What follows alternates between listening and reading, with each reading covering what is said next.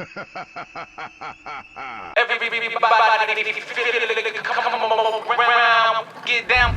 feel it, come around with the rhythm, it's a sound, everybody get down.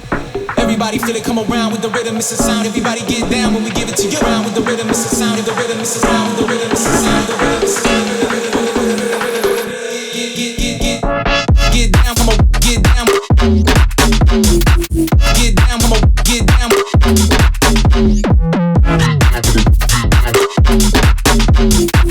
Get down, come on, get down. I can guarantee you didn't finish Devil May Cry 2. Or at least, I can guarantee you didn't finish it in the way that you should have. Now, looking at Steam stats alone, I can see that there is a 50% drop between the people that have done the easy way, the simple way, probably not enjoyed it as much as they could have, and then the people that have done it correctly, done it all the way through, and have actually seen the whole game.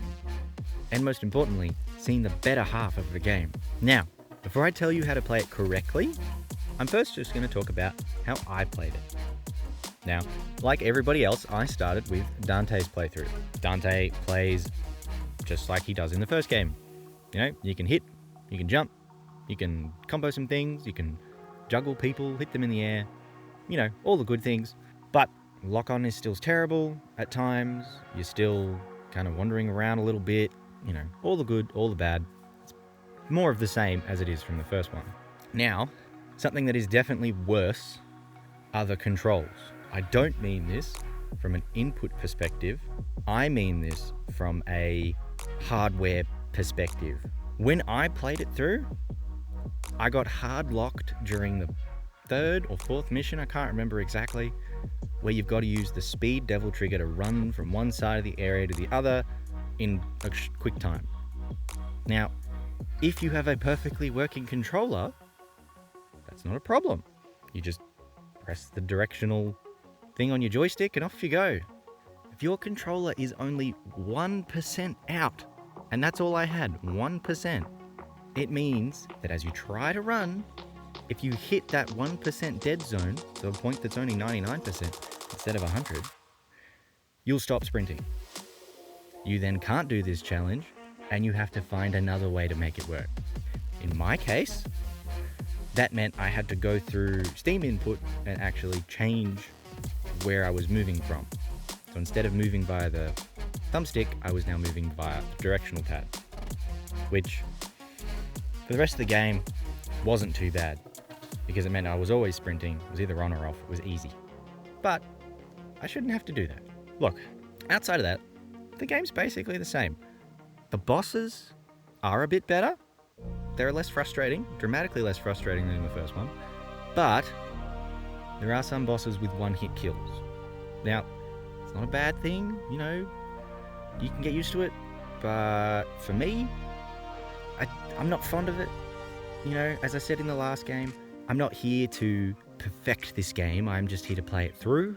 So these one-hit kills, all they do is push me back a checkpoint and make me restart. It's just a waste of time. But that's a me thing. I get that. Look, the final boss also is much better. None of this weird extra mechanic that you got to deal with. None of this extra junk that comes out of nowhere. But I did find myself, especially for the first phase, just standing there and shooting until I killed him. And hey, it worked, but it was boring. I did that, did all the shooting. I then got to the second phase and died. And I was like, I'm gonna hate myself if I go do both in a row, like I did in the first one, but thankfully I didn't. So, positives and negatives. Levels were good. Most of them were a good length. They're only a couple minutes each. Some random exceptions were like half an hour, but for the most part, you're looking at a 5-minute level, which to me is great. I did get stuck a handful of times because it was really difficult to tell which doors I could actually open and which I couldn't. And there wasn't really many puzzles to do. It was just kind of navigating that I got kind of stuck on a few times. So I just did, I think it was one level, definitely, where I just did the Doom Guy thing and I just went across every wall pressing A until I found the door. Hey, it works. Not pretty, but it works. Story. And this is the bit that is more important. Devil May Cry 2's story, again, is pretty simple. There's some generic bad guy, in this case an evil CEO, wants to destroy the world. Dante doesn't really care that much, but he's one of the idiots that lives there, so he wants to go stop him. He stops him, looks cool in the process. Nice. I really like that Dante is still really cool from the previous game. He still gets to keep that badass status. But a lot of the time, when you're going from sequel to sequel, you tend to lose. But he kept it. He gets to be an anti-hero in this case, because he's not just doing everything he wants to do for the sake of it. He's helping someone, but maybe not. He's got this coin that he flips, looking like a bit of a dickhead. But if you're paying attention, you'll notice that the coin it's not a coin with two sides. It's got the same thing on both sides. And it's revealed at the end of the game. It's also revealed at the end of the other playthrough for some reason. It's just... it's kind of silly. It would have been nice to actually keep it a secret for a bit longer, and that way it made it seem like he was more aloof, but he just kind of died pretty quickly. He does get some pretty goofy lines in this one, like the last one. No dark soul with light kind of nonsense, but he does get to answer the question, does a devil cry? Well, yes, apparently. I don't know. Personally, it's not a great sequel, but it's also not a bad one. It's pretty middle of the road. There's not a lot that's new, and there's also not anything that's worse. It's just kind of more of the same. For 3 or 4 hours total, that's not too bad. But, and this is the bit that I think makes most people dislike it, of course, people stop there. They only see that meh experience, and after playing Devil May Cry 3 and starting 4, I can understand why people don't like the second one, and why it's kind of a black sheep. But I wanted more. 3 to 4 hours was not enough. I needed more from the game. So, I jumped into the B playthrough. Something that Capcom has done a lot of in the past. This time, though, it was definitely worth it. Sometimes it's a bit meh, because I didn't play through the extra levels for Devil May Cry 1, because I was done with the game, and I discovered that even if I did, it was just the same with a different skin. So I was like, yeah, nah, not for me. But this time, there is actually a good thing to go with it. Lucia, who is the person you play as, is the person that Dante meets at the beginning of the game to kind of get this whole ball rolling.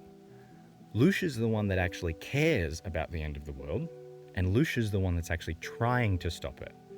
Dante's just kind of there because he can be. Lucia's story, the bit that most of you didn't see, is the good part of the game. Her gameplay, pretty similar. Different weapons, slightly different moveset, but very similar. Similar enough to be interesting, different enough to be different. The levels, again, as you'd expect, pretty similar.